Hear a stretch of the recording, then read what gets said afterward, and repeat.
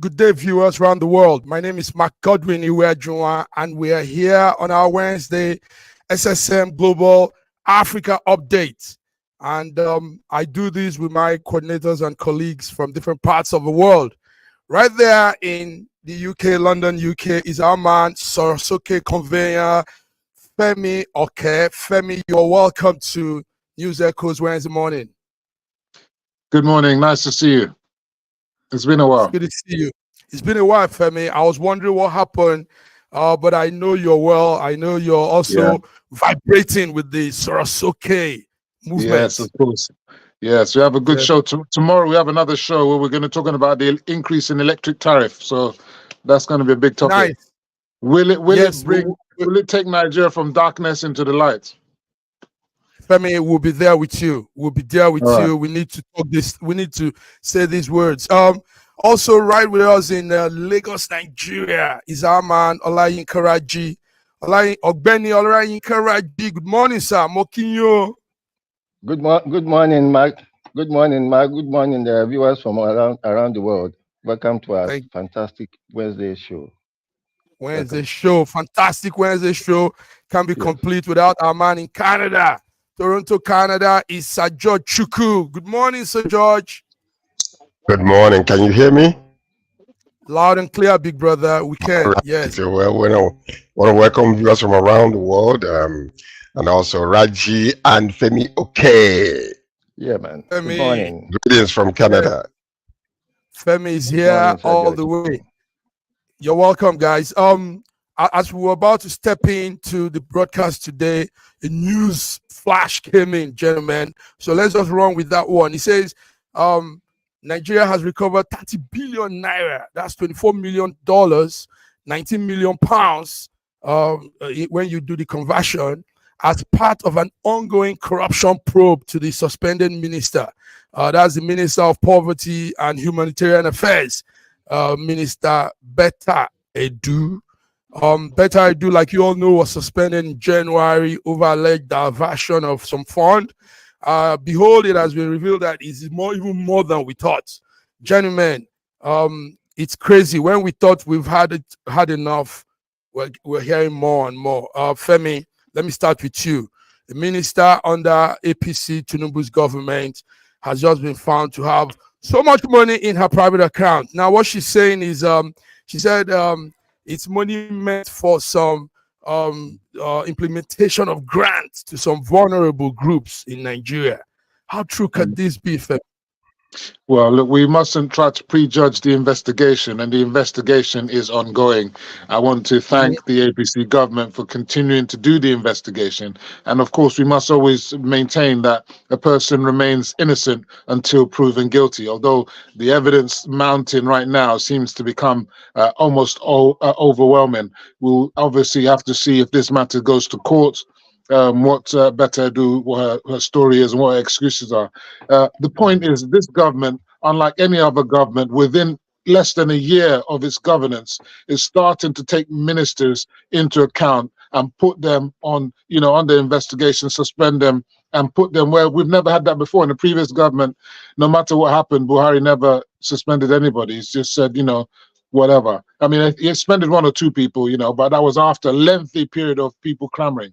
But this one, as soon as the noise against Betta came out, she was suspended. And we pray that anyone else who's found to be found wanting should equally be exposed. It is in the interest of Nigeria. It's not a partisan thing. When someone commits corruption, this is a personal indictment on the individual. It's not a party thing. It's not a government thing. So we must prosecute the individual, and it's not about the government. Thank you. Yes, thank you, Femi. Thank you. But considering the fact that we're in a time when eyes are on governance, and we thought new personnel will bring usher in more transparent activities. Sir George, the woman was found to have done some crime back in January. Today, this morning, it's even more than we thought. And EFCC is saying that they found too many angles. There are more angles to examine. What are those angles to examine, George? What do you think about this breaking? No, you didn't get Well, this. I mean, like Femi said, it's an allegation. So is Mhm. nobody will say that she committed a crime. It's being alleged that she committed a crime, and we're not sure how it will pan out. But it's a good move for them to have suspended her, and the ongoing investigation will find out there are many angles you can actually, because sometimes somebody might just be an scapegoat, to make the rest look good. It happens in politics sometimes. So, but in this particular situation, it looks as if, and it's still an allegation, it looks as if something went wrong, but we can never judge until, after the investigation, then we can, you know, um, then say, "Oh, yes, indeed, she did this or she did that." But you do know that, like in a country like our own, there's been a lot of corruption going on. So in a situation like this, I really, really commend, Tinubu government on this particular issue, and I hope that they will continue, to shine light on the dark areas of everybody, and even those that are in the past, to bring them, because the money that we have stolen from our country and the money that is hidden in different areas can actually fix Nigeria and make it look like Dubai. So, Thank you. Thank you, George. Reggie, indeed, we need to commend our president, Bola Ahmed Tinubu, because he ordered an investigation into this lady's ministry. And 37-year-old Dr. Ed has denied all any wrongdoing, but I mean, more funds are still being found in her private accounts. Reggie, what do you say about this? I know it's breaking news. You're hearing it here now. Go ahead, Raji. Yes, I agree with my colleagues on their views. I can only add that I was surprised at the rate at which the lady came in and perpetrated that kind of whatever is alleged now, because she came in May or towards the end of last year, and within 2 months, all these things were happening. It seems as if she came with an agenda. And well, until the end of the investigations, when all the facts are brought to the public, then we can really know the facts, the truth of the matter. Can I add something to that? Okay, go ahead, George. Yes, Raji. You know something. She came in. The lady before her was found wanting. So that particular ministry has been under some microscope because the lady before her. So could it then be that the workers that were there under this ministry, under the old lady, knew something, and when this one came in and they wanted to indoctrinate her into the system that they were used to, and then all these things happen? Because it is very, very, I don't know how to describe it, that it's just in less than 1 year, less than how many months of being in this ministry, she will be able to concoct such insidious. It doesn't make any sense. And we're not talking about, this is a young lady who is she was successful before she became a minister. Anyway, let's keep on looking. She's being alleged that she's committed a crime until the investigation is over. I see your point, Sir George. I see your point. Yes, it's actually known. Yes, it is a known fact that that ministry, that's the Ministry of Humanitarian Affairs and Poverty Alleviation, has been a channel where huge scams, financial scams, have been going on in most governmental administration. Can I just say something? Okay, Femi, go ahead. The operations were so opaque. I want to buttress what my brother just said. Now we got to look at examples of India. They do direct cash transfers and stuff like that, but they do it digitally. We need to move away from putting money into personal accounts and then transferring it in cash. everything should be done digitally, then everything is traceable. There's no way out. You understand? And whoever took money, you'll be able to see it. I mean, in fact, that is the best way. If you want to give a farmer, it has to be digital. You have e-Naira, you have POS all over the place. So everybody who wants to get their money now must be brought into the system, brought into the banking system. In fact, that's a way of helping more Nigerians get banked. So even if you're just giving them, I don't know, 5,000 naira per month or whatever, no one should be given cash anymore. It should be done digitally. You know, can I say something, okay, please? Okay. Femi, okay, I'm gonna ask you a question. Why do you think we don't have light in Nigeria in 2024? Well, that's a very good question, and I can answer it, and I'm going to answer it tomorrow. It is decades. It is decades of mismanagement and misplaced priorities. We focused on subsidies and all manner of expenditures, and plus corruption. These are the reasons why, after decades, in fact, you and I know, since we were born, we have never had 24 hours electricity in Nigeria. So it's not a new thing. So the thing is, from the beginning, from the get-go, they have refused to put proper attention on providing electricity for the majority of Nigerians. And without providing electricity, Nigerians can't be fully productive, and we can't grow the GDP to the $1 trillion GDP that the government wants. We need 24 hours electricity. This is an urgent priority, and we need to do so much to change that. The reason why I'm asking you this is because of special interest groups that has been sabotaging, bringing our grid to the point where we cannot have light because of importation of diesel and importation of the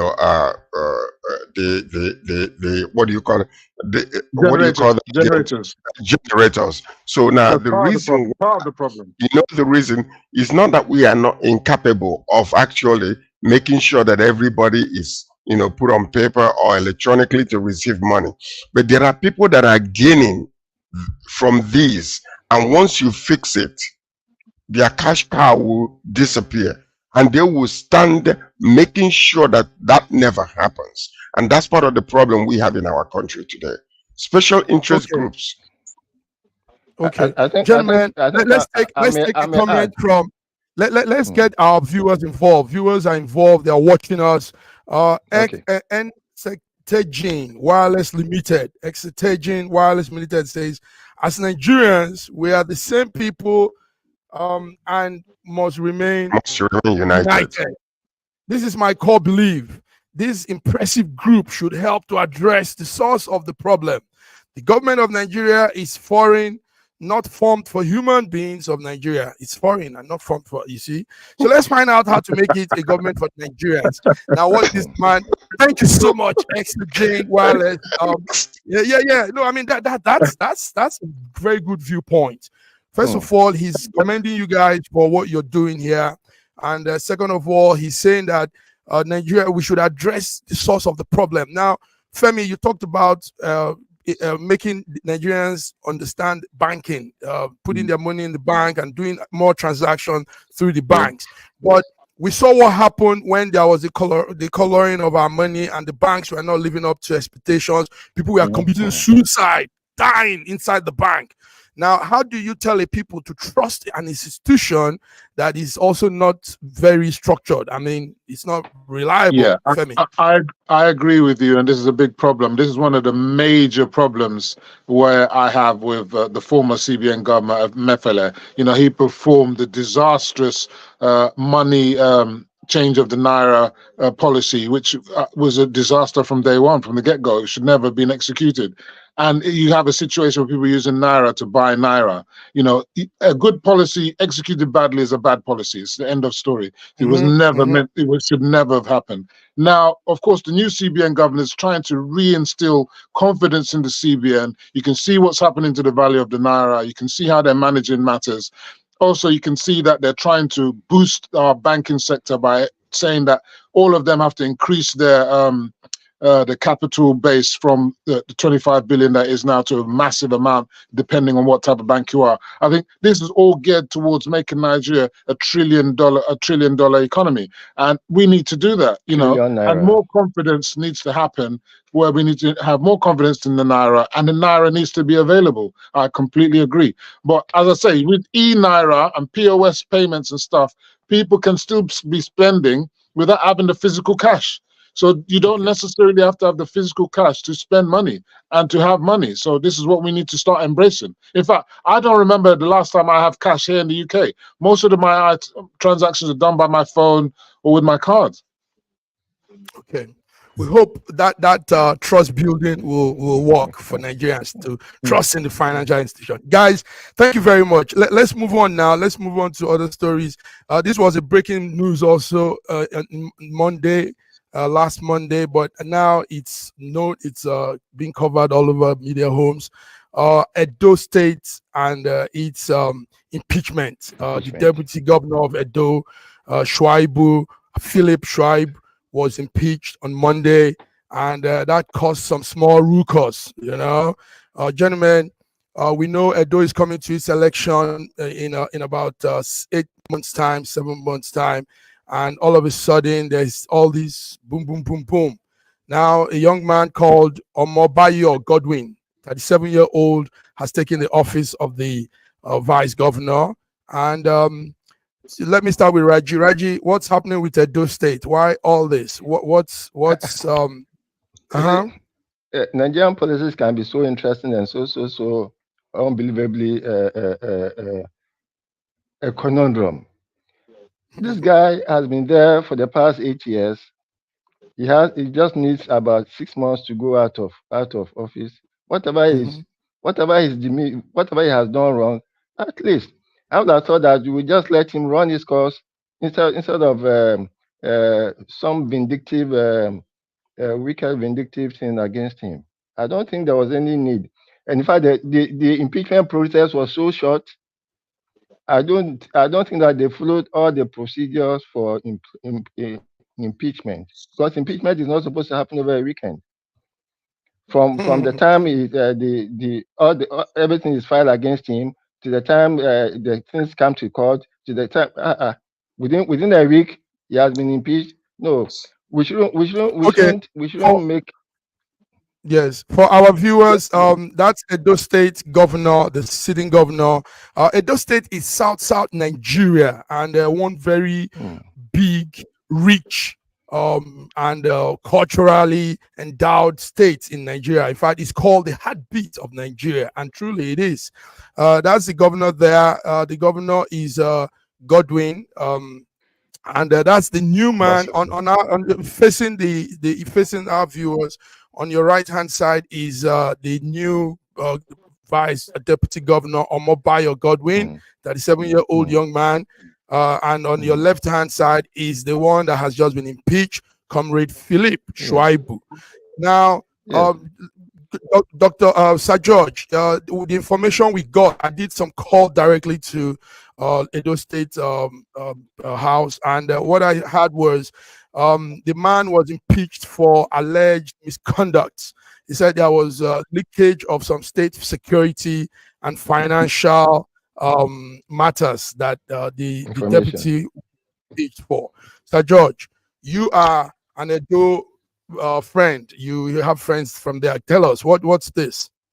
Well, what you're saying is be careful what you wish for, because in this situation here, from the inception of this whole entire thing, we saw when they left the former party to jump over to PDP, the man, after the entire thing, he came out and he was saying that, Godwin Obaseki is a god.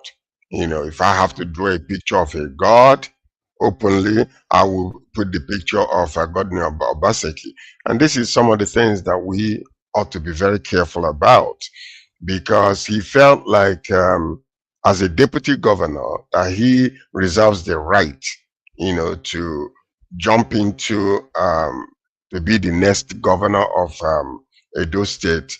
Now, we started seeing Godwin Obaseki saying, no, I don't want that because we are from the same area. Therefore, we need to transfer the leadership to the other area, rotational type of thing. So, but this man, I mean, to be very frank with you, he made some wrong moves because exposing themselves, bringing their dirty laundry out in the public the way it has been. He set himself up. But you see, also we can see that this whole entire thing is just nothing but a sham. Both the impeachment and how quickly it went, it shows you the impetus of the governors. Look at what's happening in River State with the FCT man, with the new governor in River State. These are the things that we really need to go back and to really define constitutionally, what are the functions of the deputy governor, and what are the boundaries, and what things that needs to be done and how it can be done, because we are seeing governors come out and they become like demigods, and that's what we're seeing here. So, but it's very, very unfortunate for him.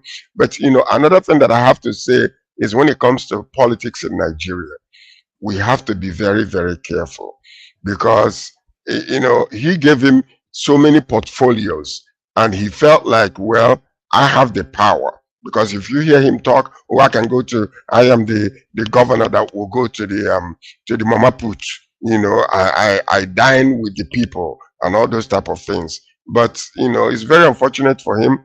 We need to refine the whole entire political system in Nigeria and polish it, if we're going to be in democracy. If we're going to be in democracy, we need to refine it. Thank you, George. Femi, the man did immediately he was impeached. He did his own press release, and he said so many things. But the fact remains, what they say is he was impeached owing to a lot of leakage of state security, financial matters. We don't know how true these allegations are, but a new man has come in, and take note that this administration has just 6 months. So will they be going back and forth 6 months? I mean, election is soon. So you can see the ridiculousness of Obaseki, who to me was one of the biggest dictator governors in our history. I mean, for several months, I mean, over years actually, not months, years, several members of the House of Assembly that were elected were not allowed to take off their position in the Edo State House of Assembly, and he oversaw that. This is not a Democrat, as you say. With 6 months to go, why not leave Shaibu there? He's not got any powers. He's not paying him anyway. It serves him it wouldn't cost him anything to leave him there.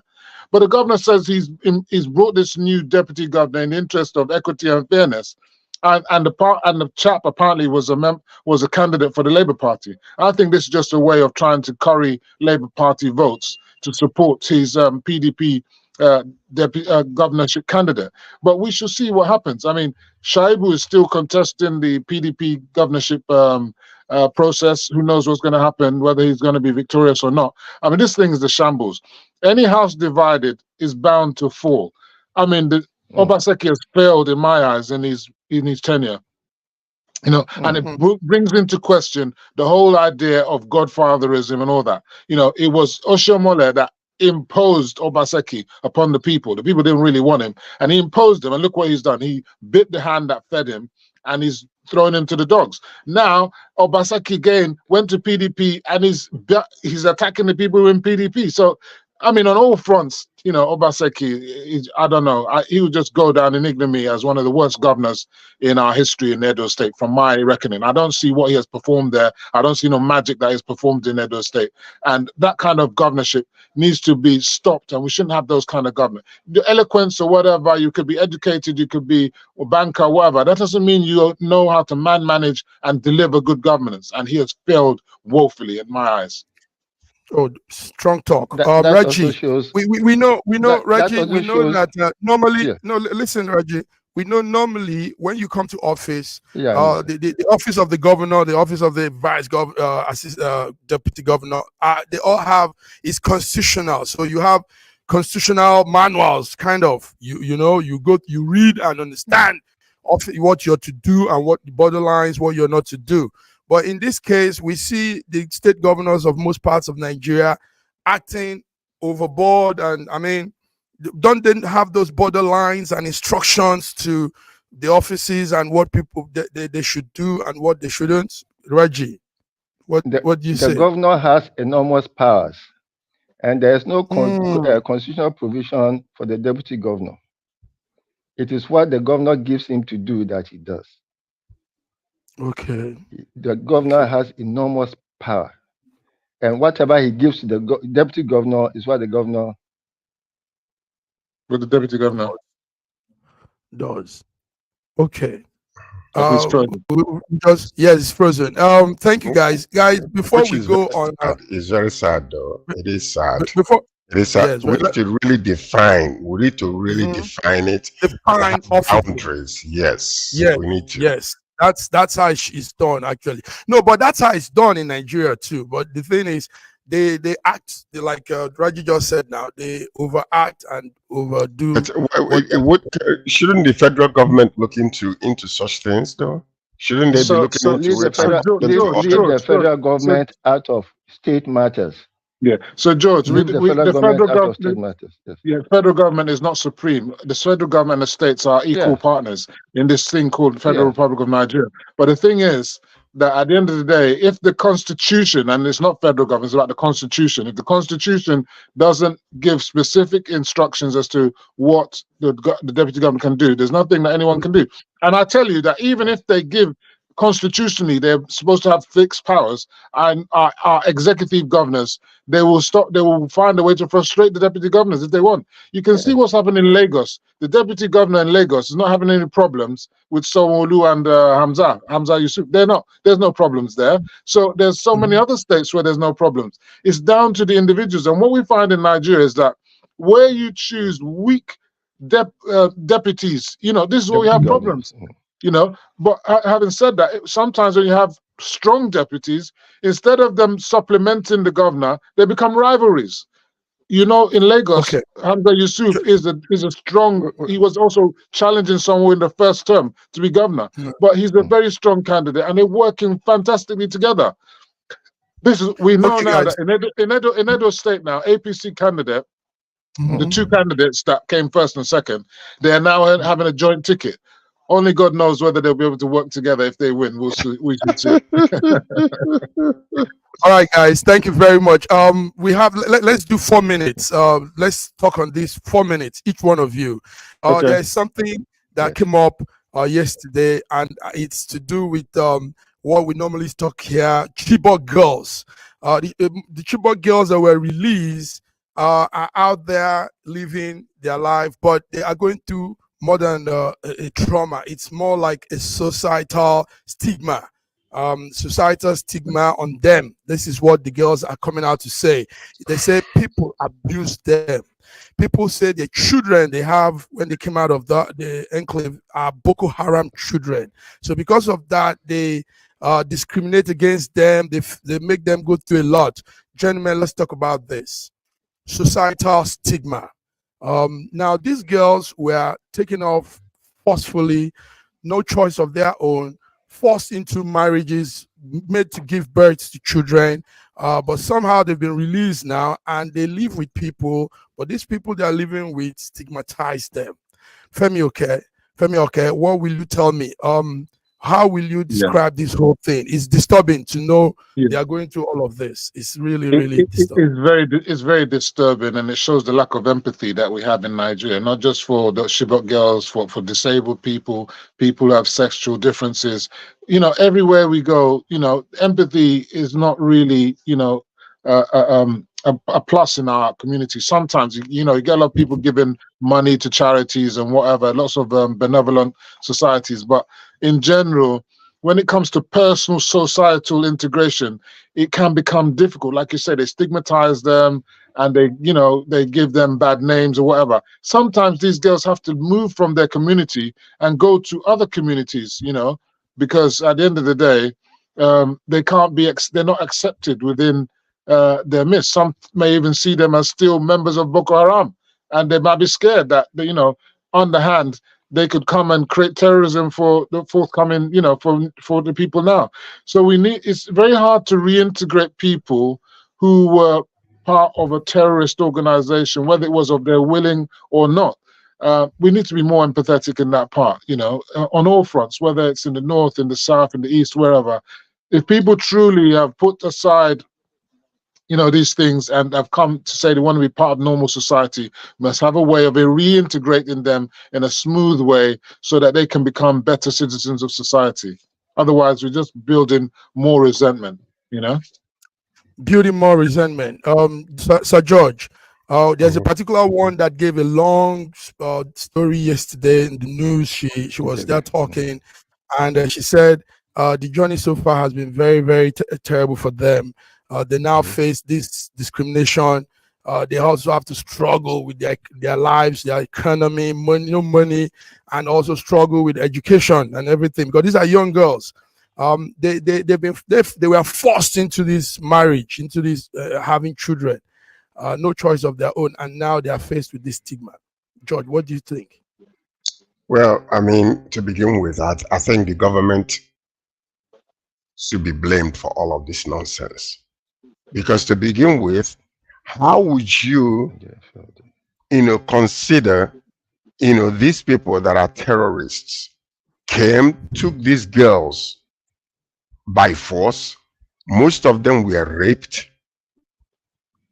I'm talking about being abused in all fronts, and then forced to have babies. And then when they came out, what did the government do? They said they're rehabilitating these individuals. They built houses for them, put them in there with these girls. So what do you think the society ought to do? We're blaming the society. The blame ought to go to the government, because we know that the Chibok girls was all planned, all in the name of trying to make Jonathan's government ungovernable. And this is one of the major problems that we're having. Therefore, if you do that, the foundation is already messed up. You're bringing them out, you're giving them houses, and normal people, they're looking at them like, okay, well, you guys ought to be, you live in a house where you're living with somebody who kidnapped you, and then they say they have been rehabilitated. Now that's one. I know two wrongs don't make it right. We in Nigeria, like Femioke said, we need to be very, very empathetic when it comes to certain things. But it's just the way that the image comes out there that will give the people the impetus to start talking and abusing some George, of these girls. What could the government have done? How will they have done better, George? Hold the people who committed this crime accountable. Jail them. Don't give them, they come and do all of these things, and you go and build them a house and allow them to stay with the girls that they raped. These young girls that were even underage when they started having sex with them. What are you doing? So what do you expect the public to say? And then you're going to blame the public, and the government is going to be, we're going to be clapping for them? Think about it. Some of these girls were raped when they were underage, and now they have children. But you have brought out these people who committed these heinous crimes and put them in houses, housing them, putting them together. The public will frown at it. It's a sad situation all around. Raji, are you on with George on this? I agree absolutely with Sir George that the government failed these people, these young girls. How can 100 young girls be abducted from a village, and government will not be able to do anything to rescue them before it went too far? And now their abductors are now being rehabilitated with them in the same society. Come on. I think we seem to have completely different perspectives of things. I would like to disagree on this how can point. somebody to a village Yes. I would like to disagree. Abducted these young girls and then have children with them under the government failed. You cannot rehabilitate somebody who has committed a serious crime and congratulate him by building a house for him and the woman that he abducted and raped and had children with. It is not right. Okay. So I would like to disagree with this and that narrative. This is the kind of narrative that we normally get from people that don't have the full facts and then like to propagandize the situation. Let me finish what I'm saying. Look, what we find is that those who are the Boko Haram kingpins or the actual terrorists themselves, most of them were eliminated and some of them are in incarceration. What you fail to understand is that many of the men that were arrested along with the women were themselves adoptees. They themselves are victims of terrorism. Okay, and in that process, they may have engaged in marriages or whatever with the women, and they have become their husbands. But we're now calling them all terrorists. Some of them are not necessarily terrorists. We must divide and separate the wheat from the chaff, and not color them all as horrible stuff. Let me So finish. Let me finish. It's not an excuse. It's not. Let me finish what I'm saying. It's not. Hold on. Let me finish what I'm saying. They will never. Let me finish what I'm saying, please. The whole thing. They would never do stuff like that. How can you excuse this kind of crimes? I haven't finished what I'm saying. We should not said specifically there's a difference. We should not between deliberately terrorists and people who were also abducted as victims, because not all the men that were what evidence do you have for that? These are excuses that are being given. Say what you want. Sajad, what are you talking about? I've said my own story from the very beginning.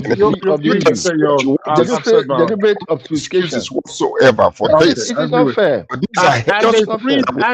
the fact that the government freed them is actually a positive and not a negative. So the idea that government is all bad is, look, there are situations where one of them, Shaibu, she's still not released. You know, there are many kidnappers that never get released or even killed. So that they were released and that they're being rehabilitated is a positive. So let's focus on positives and not always pandering to negativity. Not all of it is disaster. Not all of it is a disaster. Let's thank you. Let's talk about that Leah Sharibu's case. There were 100 young ladies abducted.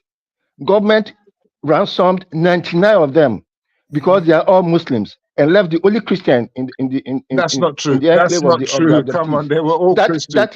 That's not true. That is okay. Anyway, gentlemen, let's go on a break. You all have heard it anyway. The girls are going through stigma.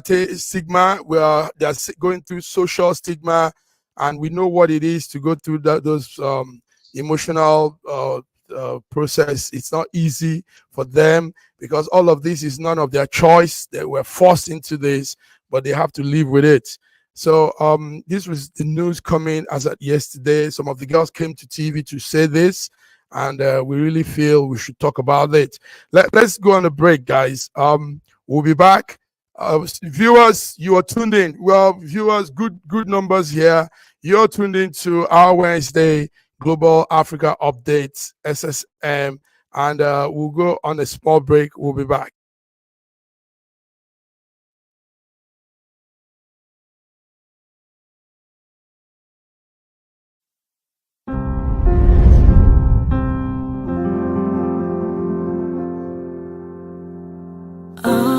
Arise, oh, compatriots. Nigeria's call, obey.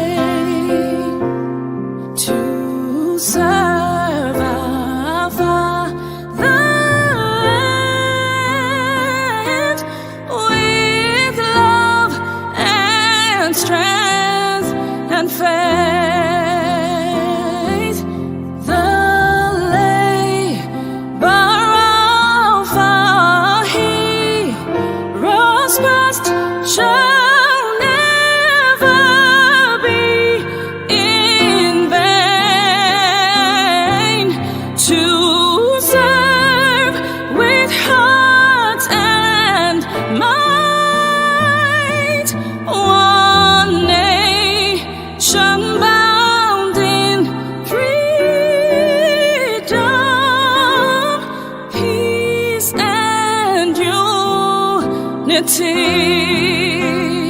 This country has some of the most extraordinary culinary diversity in the world. I'm talking about Nigeria. This first dish is amala abula, made popular by the Yoruba people in southwest Nigeria. It starts with amala made from dried yam and then is covered in a variety of soups. Next we have ofe nsala, a white soup that is synonymous with the Igbo people of southeastern Nigeria. It goes best with fufu, or akbo as the Igbos call it. Next we have suya, the most well-known food of the Hausa and Fulani people of northern Nigeria. Meat is covered in a peanut-based powder called yaji and cooked over an open fire. This is banga and starch, a classic of the Urhobo people of Delta State. Lastly, we have onunu, a plantain-based swallow of the Izon people in South Nigeria.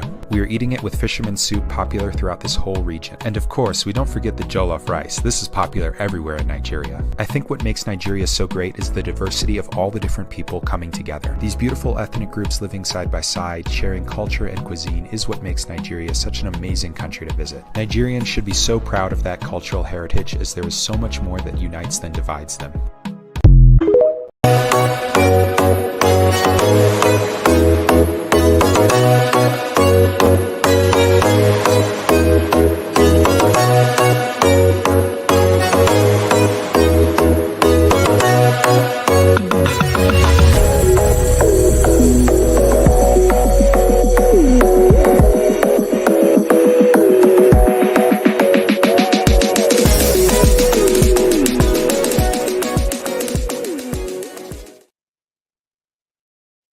You're back. We're back, and you are back too to watch us as we give our updates.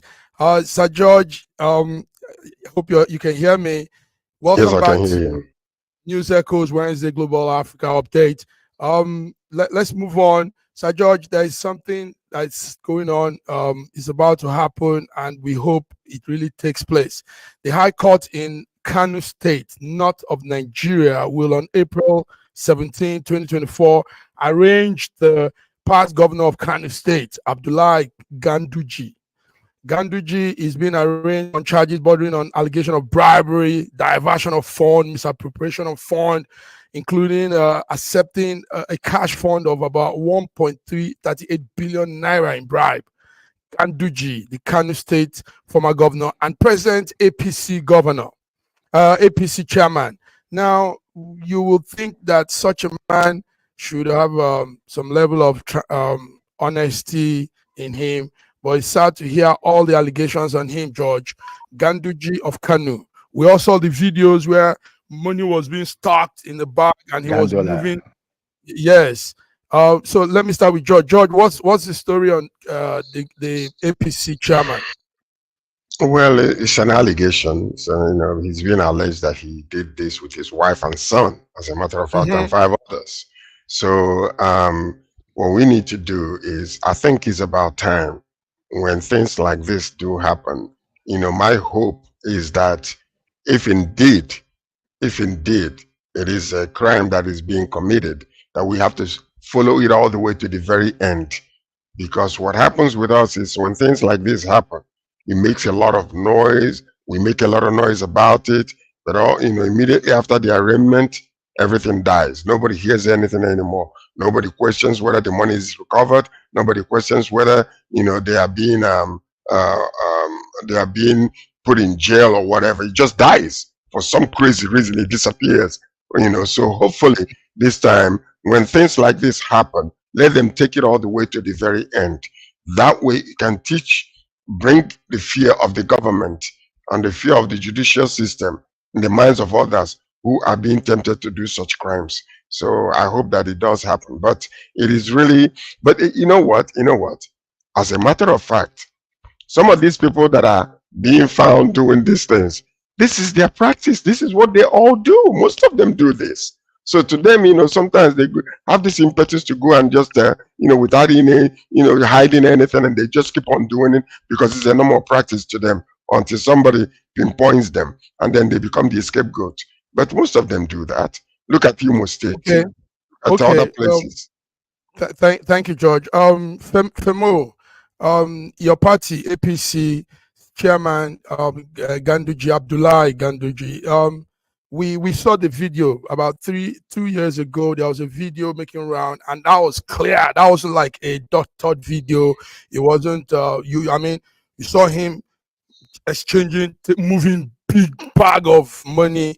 Femo, what's this news? Now the state government of Kano is arranging the man, and they say it's bribery, diversion of fund, misappropriation of fund that includes close to 1.338 billion naira in bribe. Yeah, well, ex-former Governor Ganduje of Kano State is popularly known as Gandola, and it's because of the Gandola scandal, isn't it? So at the end of the day, I always tell people, I'm not a sycophant. This idea that because I'm APC, everything that I cover it. No. He was exposed in 2019 with the video, whatever it was, 2018, 2019, whenever it was, and that was one of the reasons why his re-election was so close, and that could also be another reason why APC lost to NNPP. You understand? These kind of exposures are massive, and I think the government of the time, the House of Assembly, tried to get him impeached, but they went to Gandola went to court and got a perpetual injunction. You know, these kind of nonsense kind of judgments that we get from our courts to stop them from doing. So an APC legislator was willing to investigate and do the needful, but they were stopped because of what I call our judiciary, open to the highest bidder, like Judas. They're open to the highest bidder, so they don't get to investigate what is necessary. And that's why Ganduje could go all the way to becoming now the sitting chairman of the APC.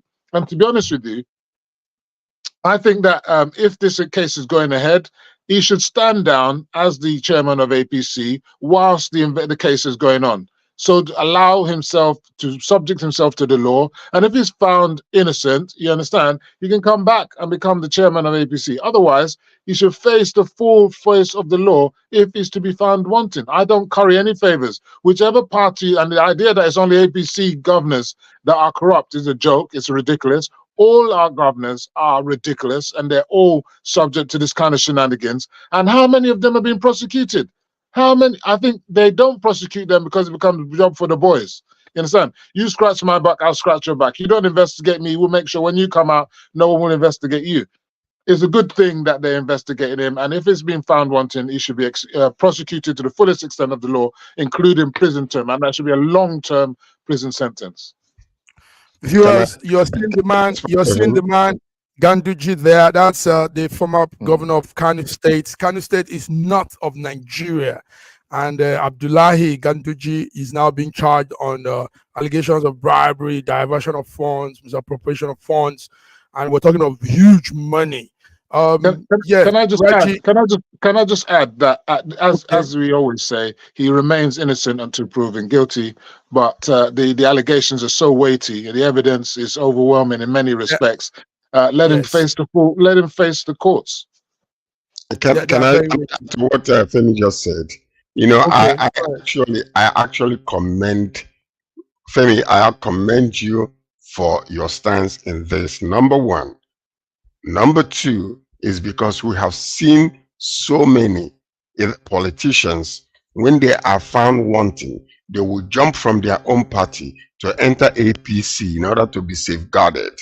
But now it is happening even in their own, you know, as an APC chairman, and they are actually taking on him. This is highly commendable. I am so serious, and I'm glad you stand your ground on what you just said. It is highly commendable because this has been happening. When they found you, you know, wanting, if you're PDP, you jump and change your APC because you feel like, you know, that's an umbrella to hide you there. But right now, it's a game changer, and I'm glad that is happening in Nigeria. There are more guys, more politicians to be fished out in this aspect. Sir George, we know them. You know, they can't hide. So let's talk. EFC tried to convict Ojikalu, but the courts threw it out. So you see, you know, he was found guilty, but because of a technicality, you know, he got off. And in order to reinstate that case, the courts didn't allow it. This is the kind of judiciary that we have in Nigeria. They are the problem of Nigeria. And until our judiciary is reformed completely, I mean, I think many of those judges need to be prosecuted anyway. Until that is happening, nothing's going to change in Nigeria. No matter who the government is, well, even if Obi was to come in today or tomorrow, it would be the same. So until there's a cleansing of the judiciary open to the highest bidder like Judas, we're going to have problems in Nigeria. We'll continue to have problems, should I say. Okay, but Femi, let's hope that, like you said, let him be ripped off his office for now, while this investigation is going on, so that no immunity, nothing covers him. He goes straight up. I think that's unlikely.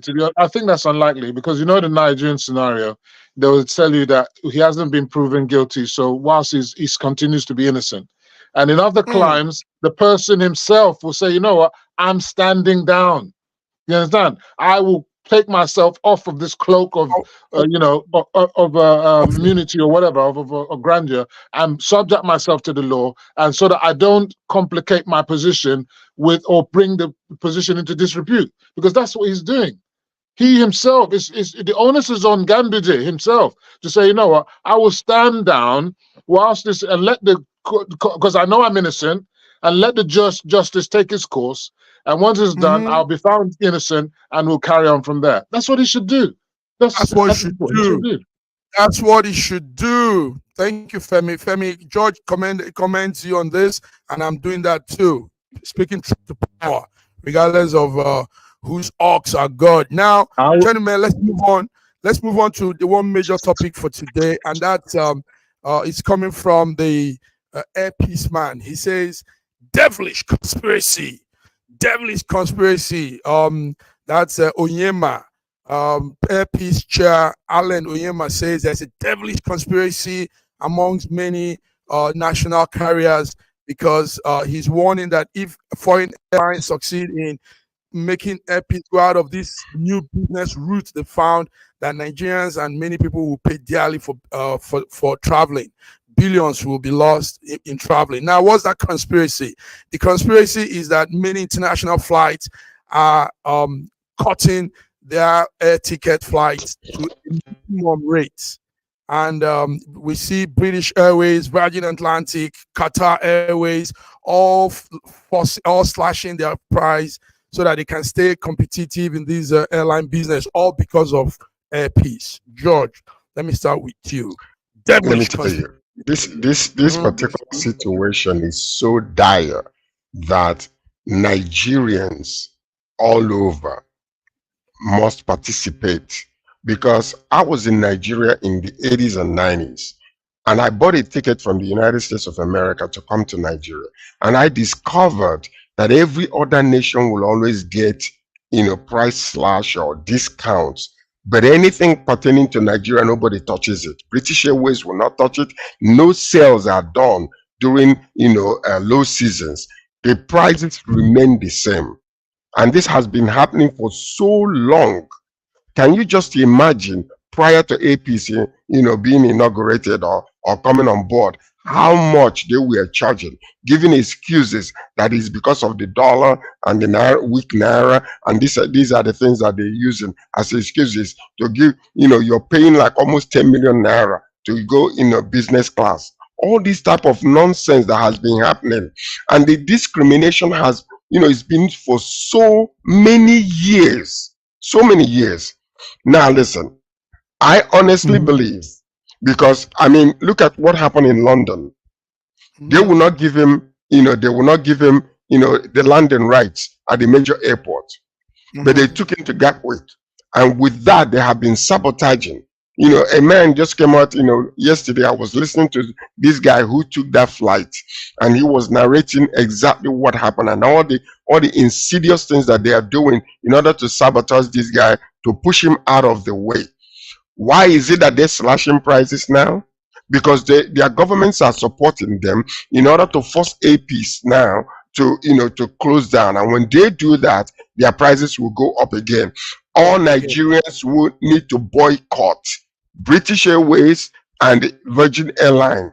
I am telling you, unless the government comes out and seriously say, listen, if you continue with this, we will treat you the same way, we will retaliate. They will continue to do this. And if they do it, Nigerians are suffering. Today, we see how prices are so low that you can pay, less than how many? 300 and something pounds just to fly to Nigeria. Originally, that's how much it would take from London to New York, London to Canada.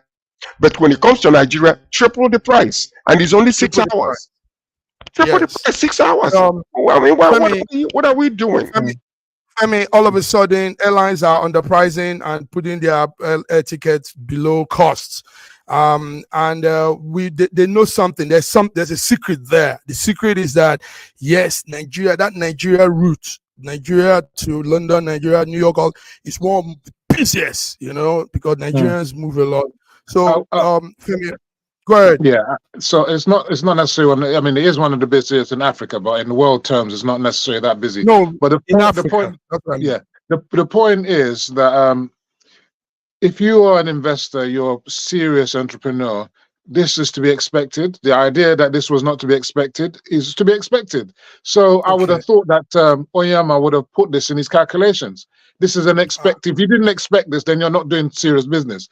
You're coming into a market, an established market, and you're trying to undercut them. They're going to retaliate. You understand? But you should have put that into the calculations to make sure that even though they do that, you are still going to be coming on trumps. Remember, at the end of the day, who is the beneficiary? It is the Nigerian customer who is now getting cheap flights, which they've been stopped from having for decades now. So if this new effort means that everybody's going to be cutting their prices so that everybody can have cheap flights to Nigeria, then all be good. Then what we then need to do is distinguish ourselves with service. So, for example, I can go on Air Peace and know that I can get my swallow, my ayamashi or proper Nigerian food that I prefer than some chips and chicken where the chicken is like, oh my God, what is this? So I would prefer to pay and go by Air Peace than go by British Airways. You understand? So these are the things that we can do to distinguish ourselves. When I go to Nigerian Airways, I know my air hostess is going to be wearing Isiagu. They're going to look, like Nigerian. They're going to talk to me in my language. They're going to understand it and stuff. They're going to have the right body shape. They're not all going to be slept by like skinny. So I'm going to appreciate that. You understand? So I will rather go with Air Peace than to go with another airline. So that's where they need to distinguish themselves. And finally, what they must do is make sure the quality of service is top notch. You understand? So that if you go by Air Peace, we're going to leave on time. There's not going to be rowdy. You understand? You're going to get back on time. Your luggage is always going to be there, and all that kind of stuff. If that happens, no matter what they do, it's not gonna affect us. But the shenanigans that's happening at Gatwick Airport, that is outrageous, and that needs to stop. It's the kind of things that happen with these guys. They've never given us a level playing field. That's the Western powers. They never have. Okay, so thank you so very much, Femi. But you know what? All of those things you mentioned are correct. Now, Onyema is not saying that he never expected this or that, it's competition anyway. But the main fact is that most of these countries that are just, cashing out in Nigeria, their governments are now subsidizing them to lower the flights in order to do the same thing that they did in the past, to remove this guy out of the way. Hold on a second, hold tight. What he's calling for is for the government of Nigeria to ensure that Britain is not doing what they are doing and trying to sabotage them, because what they have done, this guy was narrating what took place actually, that everything within APs was perfect, but they will now sabotage or try to delay things. And what they're trying to do is to put APs in a place whereby constitutionally, according to them, if you are delaying leaving or delaying flights for over a period of time, they can constitutionally say, no, you cannot come in again. And they're trying to do that by doing all these insidious little things, that little foxes that are eventually will destroy the vine. Let the Nigeria, and I am thankful for the Minister of Aviation, because he was there, he saw what was going on, and he's putting his foot down. Let me tell you something. I am so happy with the government in Nigeria today. As much as it's not, we still need time to measure the success rate of what is really happening. But finally, we have a proactive government that can do things when it needs to be done and start for our own people. And I am telling you, I commend highly Tinubu government for some of these things that they are doing. I am proud to be a Nigerian. But let's continue moving. Let them continue in the vein that they're going, because eventually things will turn out very well if they continue in this vein. Thank you, George. Thank you, Femi. Let's continue moving. Well, that's it. Airpiece with his story, what is happening, and we hope, like Femi said, he needs to expect this. He should, as a businessman, know that it's not going to be an easy ride to just come into.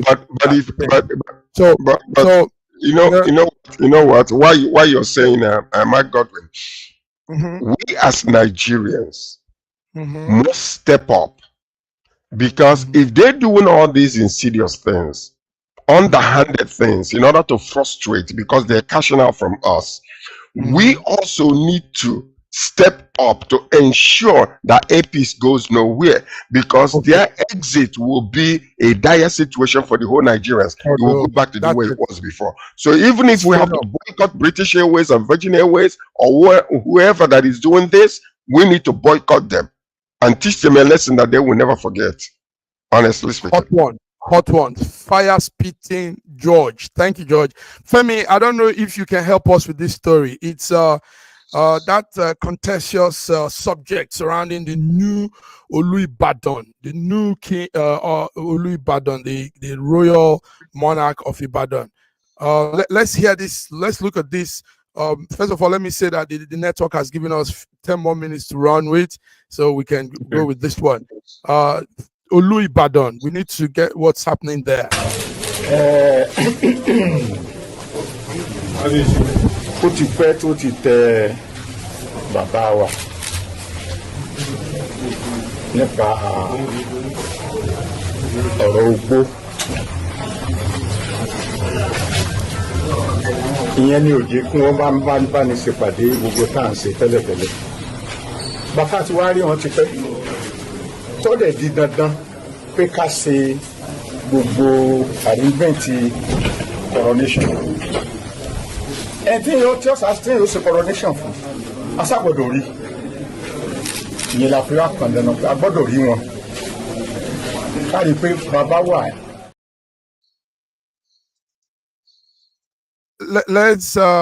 Let's make it simple. It's a video clip of these are kingmakers standing close to the would-be Olubadan. Now, first of all, let's take note of this. Oyo State has the capital, Ibadan. Ibadan is one of the most populous cities in Oyo State, and also, I think, the third largest city by population in Nigeria. Yes, after Lagos, after Kano, is Ibadan. Is Ibadan. Has a large number of people there. Now, the monarch, the Olubadan, that word Olubadan means the Lord of Ibadan. It's a royal title that is given to a particular person that deserves it. Now, for some time, like we all know, the old one passed away, and they need to groom up a new Olubadan to take the office. But there has been this story, this back and forth. Some of the kingmakers do not agree with this new Olubadan. Some say he's sick, he needs to he needs to recuperate. So it's been going back and forth, and that's a major spot and a major office, monarch, chieftaincy title in Nigeria. So as at yesterday, this was what we were hearing, but these kingmakers are saying that the man is well. The man is the one standing next to the man talking. That's the Olubadan. He says he's well, and he will resume. He will be crowned Olubadan of Ibadan. So Femi, is there anything you want to add to this whole story? It's a strong one too. To be honest with you, I don't know about the intrigues of Ibadan traditional house and what's going on from Abilta. I'm really not fully aware, but look, they will do what they have to do. They have cultural ways of doing things, and they should follow the tradition and just do it according to the way it's supposed to be, and don't bring any politics into it. So I don't really know what's going to come out, but I'm sure in due course everything will be sorted out.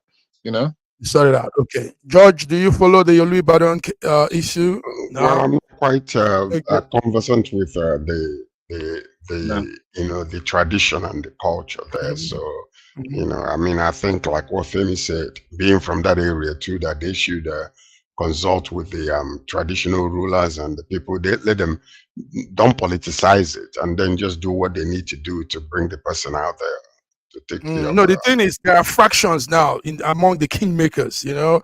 Some want this particular man, some don't want him. So they're playing this game. That's Africa. It's normal in Africa. Everybody is fighting for supremacy. This is the normal thing. Okay, guys. Let's round it up. Let's begin to round up. Femi, I know you're a sports enthusiast. Super Falcon qualified for Olympics. First time in 16 years. We saw the goal. They beat South Africa 1-0 to reach that stage. And it's a great one. We're happy. We saw our girl Rashidat Ajabidi. She just pulled it up the last minute. Femi, what do you have on the ball? So we had a 1-0 win in Nigeria. So then we've gone back to South Africa to bring them 1-0 as well. So it's well deserved. And as usual, again, we always find that the men are always found wanting when it comes to football. Though they're supposed to be super Eagles and whatever, but the women, again, they are the Olympics, the men are not. So we wish them well, and hopefully we can go to France to support them, and hopefully they'll do well. Maybe they'll bring home the gold medal. Hopefully they'll do well and bring the gold medal.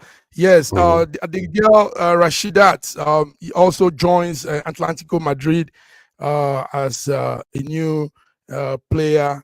And she's pulling weight. She's doing real good. And she was the one that scored that goal for us. So, Super Eagles, Nigeria, here we go to the Paris Olympic Games. Paris Olympic Games comes in the summer of 2024 this year. So, in about 2-3 months' time, we'll all be heading to Paris. And we will be here to give live coverage on some of the events, too.